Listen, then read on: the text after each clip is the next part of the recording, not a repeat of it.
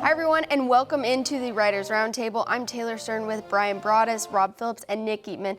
The draft is over. They officially have most of their 2019 roster complete. Of course, that changes once we get to training camp, but let's just focus on what happened this last weekend. They got 8 new guys in the draft. And Brian, I'll start with you first. Where do you feel like they picked up some real value?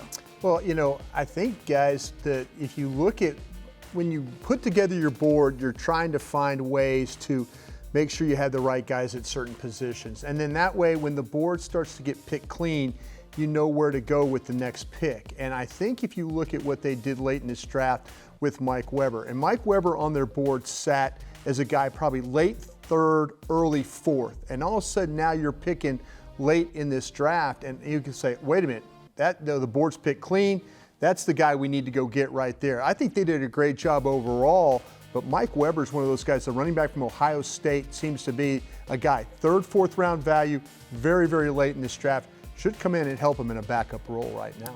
It's hard to argue that one. I'm going to follow the blinking lights, though. The blinking lights that Jason Garrett talked about. Phrase of the weekend. Yeah, and he focused, the first time he said that was about Connor McGovern in the third round. And I don't know if we really talked a lot about guard, center being a position taken that early in the draft, but that's an example of, one, a need that they could fill in 2020 potentially as a starter, depending on what happens with Lyle Collins, who's going to be a free agent after next season. Connor Williams has flex to maybe move out to tackle and you move in McGovern, or it's just simply taking the best player available. I believe he was the last second-round grade that they had, McGovern was, and this is a guy that can help immediately just in terms of depth. When you think about the injuries and the issues they had on the offensive line last year, keep your offensive line as a strength. This football team plays well and wins games when the line is strong. The McGovernor is joining the president. That's of right. The offensive line right there. Zach Martin. One thing that Jason Garrett never wants to do is compare players.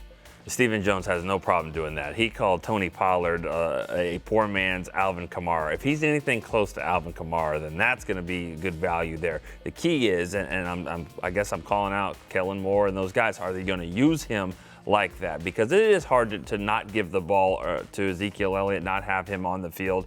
I will say this about the Saints. Mark Ingram, really good player, but he's a guy you can split carries with. We'll see what happens if somebody can take some carries away from Zeke, or at least, with Pollard, they can play him. And we've heard this before with Tavon Austin. Are they going to use him in space? But if he can be a dynamic player like that and can be a four-way special teams guy, then I think Tony Pollard could give you a lot of value there, fourth round.